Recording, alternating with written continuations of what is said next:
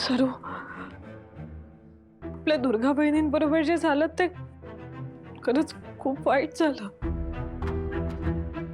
त्या केवढ्या खुश होत्या, सगळे किती लाड करत होते त्यांचे.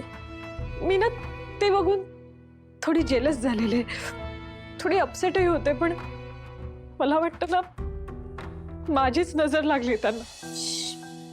वहिनी, तुम्ही स्वतःला का ब्लेम करताय? असं काही नाहीये. उलट हे सगळं आहे ना, हे सगळं त्या लीलामुळे झालंय. त्या लीलामुळे आपल्या दुर्गा वहिनींचं बाळ गेलंय. जे झालं ते खूपच ट्रॉमॅटायझिंग होतं. पण एक गोष्ट बरी झाली, या घराला लागलेलं लीला नावाचं ग्रहण गेलं. फायनली ती लीला या घरातून बाहेर पडणार.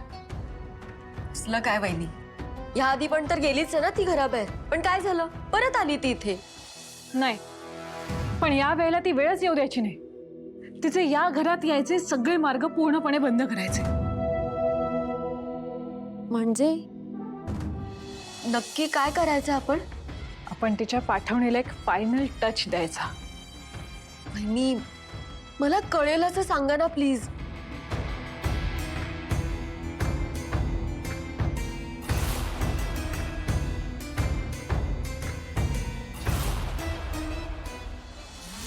चला वहिनी, आपल्या सासूबाईंची रीतसर पाठवणी करू.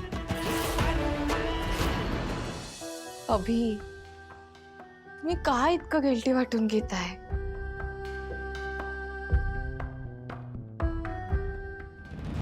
दुर्गाला दिलेल्या वचनामुळे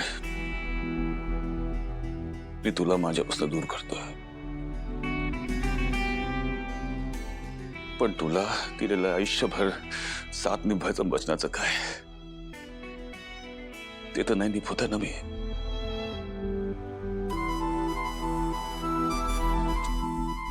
ते नाही निभू शकलो मी. हे बघा, असं काहीच नाहीये. तुम्ही पाळताय की तुम्ही मला दिलेलं वचन.